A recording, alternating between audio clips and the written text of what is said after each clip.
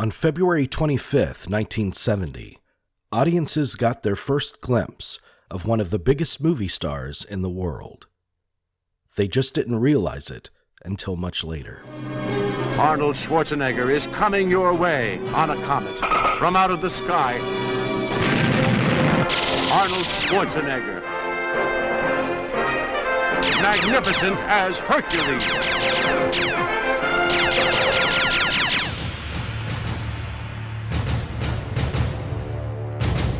Before he became a global cinematic megastar, with films like The Terminator, True Lies, and Predator, Arnold Schwarzenegger was a Mr. Universe champion whose dreams of a career in movies seemed unlikely at best. But in 1969, he would have his chance with Hercules in New York. It would also represent the first feature film opportunity for its director, Arthur Allan Seidelman. I did a play in New York, a revival of Awaken Sing by Clifford Odets. And one of the producers was a gentleman named Willard Goodman, who was a film UPM. And Willard came to me one day and said he had been offered a film job for a comedy that was going to be shot in New York with the then Mr. Universe. And would I be interested in directing it?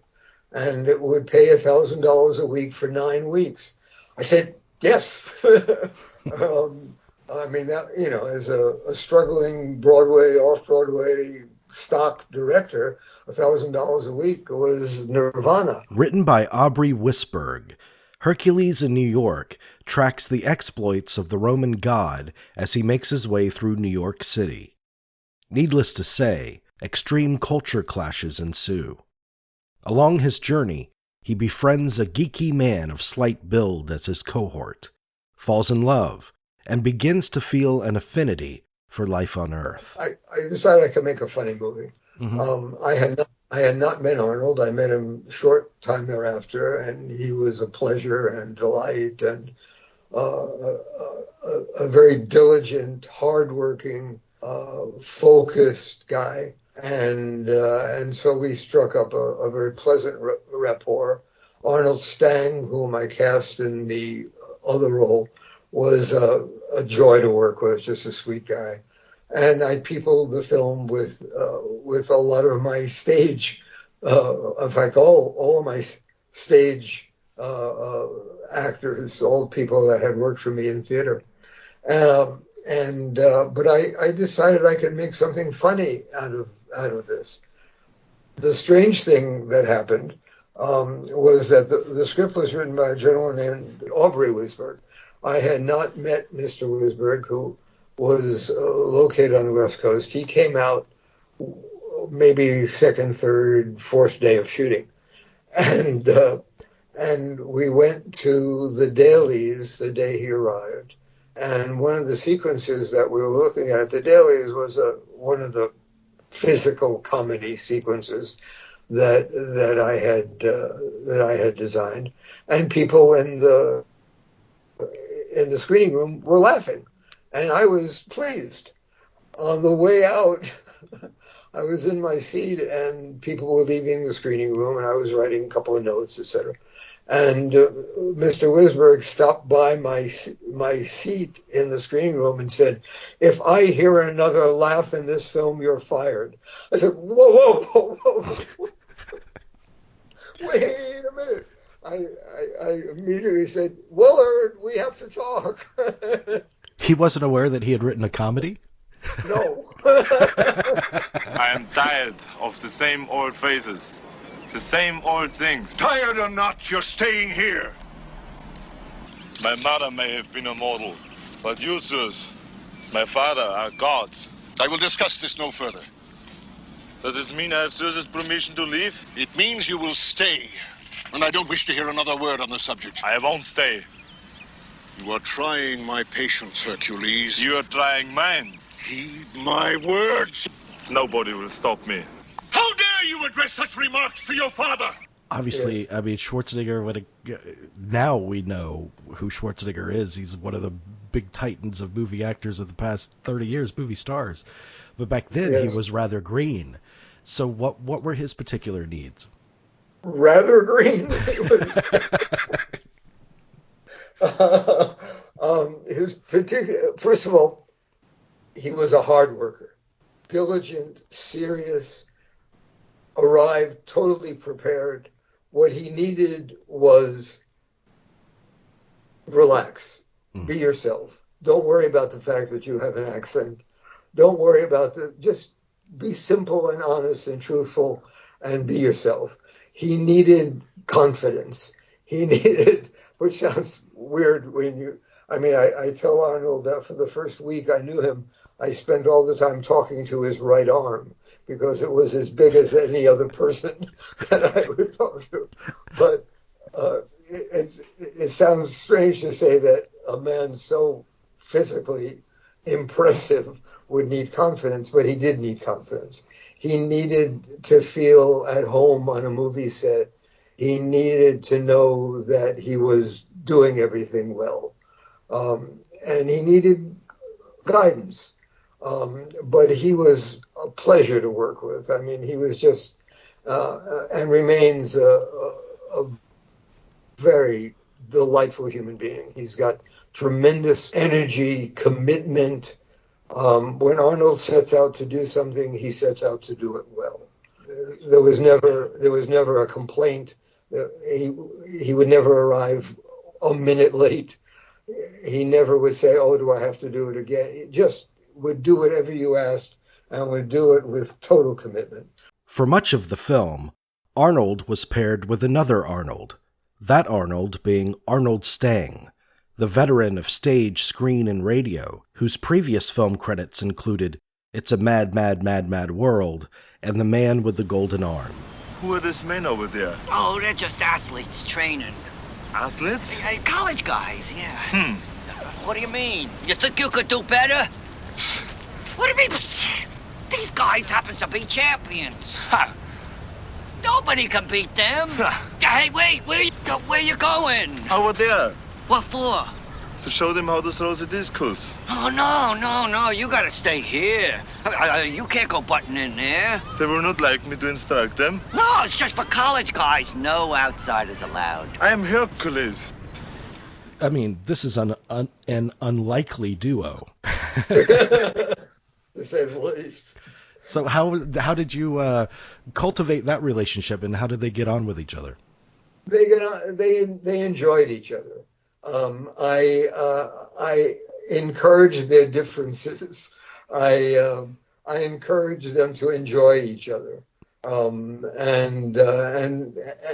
both Arnolds were really good guys, and would get a kick out of each other. Have lunch together, encourage them to be relaxed with each other. And they were. Arnold Stang, who God knows had experienced every aspect of show business, from vaudeville to burlesque to film to television to whatever, made it his business to help Schwarzenegger relax. He would compliment him. He would ask him am I in the right place for you? Do you need me to move over? He would always be off camera feeding him his lines. They were good to each other, and I think it showed. And Hercules in New York was actually shot in New York. I mean, yes. If you see New York in a title nowadays, it's not always the case that it's shot in New York, but back then it was. Tell me about the experience of shooting New York in 1969. My major accomplishment in that film was shooting the chariot race in Times Square, which we did, which I look back as a major feat accomplished. We shot it at early in the morning, just at sunrise, and we had the cooperation of the police department, of everybody, but we were on an exceedingly low budget. I think the film was made for $350,000. I mean, if you look at some of this or listen to some of the scenes shot in Central Park, you can hear the traffic going by. The scene of the gates of Hades with a tiny elk. I think you can hear the traffic. but we had tremendous cooperation, and I had a wonderful cast of people. I'm open the scene in the airplane with the two women when Hercules goes by the window. Those are two dear friends of mine. Iris Whitney, who was a brilliant, wonderful, accomplished stage actress, and a delightful lady named Viola Swain, who was also a dear friend from theater. So I was surrounded by friends. I was surrounded by a very helpful police department, which, if I asked for something, they went out of their way to help me have it. New York has become a very difficult place to shoot not because you don't get tremendous cooperation, but the rule of shooting in New York these days is don't plan to move across town in the middle of the day. You can't do it. Your schedule will be eaten up just by the move. It's just a difficult place to get around, and there's nothing that anybody can do to solve that. So that's the challenge in New York. It's not getting the shot, but getting to the next shot. When Hercules in New York finished shooting and was ready for release, it still had to overcome various hurdles on the road to distribution.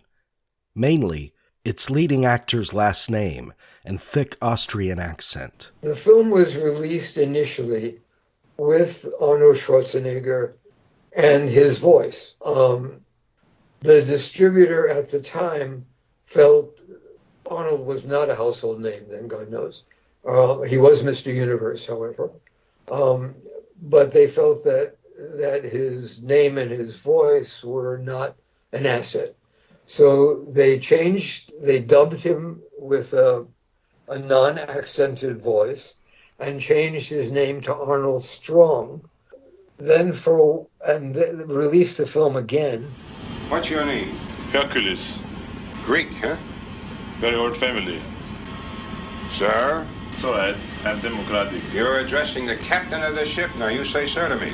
I'm Hercules. So you told me. No man is superior to Hercules. What's your name? Hercules. Greek, huh? A very old family. Sir?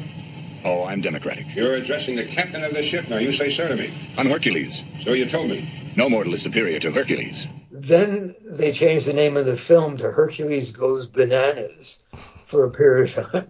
Released it again. Then Arnold became famous. And suddenly the film was back on the street with Arnold Schwarzenegger and Arnold's voice. So the film went through various birth pangs. For a while, the film was not in circulation. Then one day, I remember very vividly opening the pages of TV Guide and seeing a double-page ad for Hercules in New York with Arnold Schwarzenegger. And I was on the phone with a friend at the time, and I said, oh my God, it's back. I'll be back, yeah. And it has remained back. It's so odd. So with all the re-releases and the rebranding, obviously someone has gotten rich off of this movie. More than someone. Numerous people have. Yeah. The film has made a fortune for a number of owners. Wow. And it's still, I still get a check every year as a residual from this film I made 50 years ago. It's amazing, and it's because of Arnold, of course. But the film has had a long life. I give guest lectures at film schools, at universities, at whatever, and invariably the person introducing me will, list awards, Emmys, festival awards, all that kind of stuff, and a bunch of other movies. Invariably, some young person will raise their hand and say, and you directed Hercules in New York. I mean, it has certainly made my name familiar with a lot of people who might not have known it otherwise. Mm-hmm. I have made better films. Dare I say? Yeah, it's interesting to me how because a lot of people are best known for their very first film. And, Yes. and you've obviously had over a 50-year career. So it's interesting to me how you kind of grapple with that throughout your life, and it seems like it might come in stages. I mean, you might have the stage of resentment, and then finally the stage of acceptance. Yeah, I went through a period when I was making, shall I say, serious films. When I was, winning Emmys, getting major festival awards, getting serious attention. People would mention Hercules in New York, and I'd sort of grimace inside. And then a friend of mine said, "Arthur, be proud of that film. It's meant a lot to a lot of people." And then it was on, I think, Turner Classic Movies one day. Wow. And I said, "I'm going to look at this movie," because I hadn't seen it in probably 20, 30 years at that point. And I watched it, and I said, "It's fun. It's tongue in cheek. It's not meant to be taken seriously, but it's done with a certain flair and a certain spirit and a definite sense of humor, and it's fun." And I reclaimed possession of it, and did so with some degree of pride. Anytime you need me, anytime you want me, just think of me, and I'll be there for as long as you want me.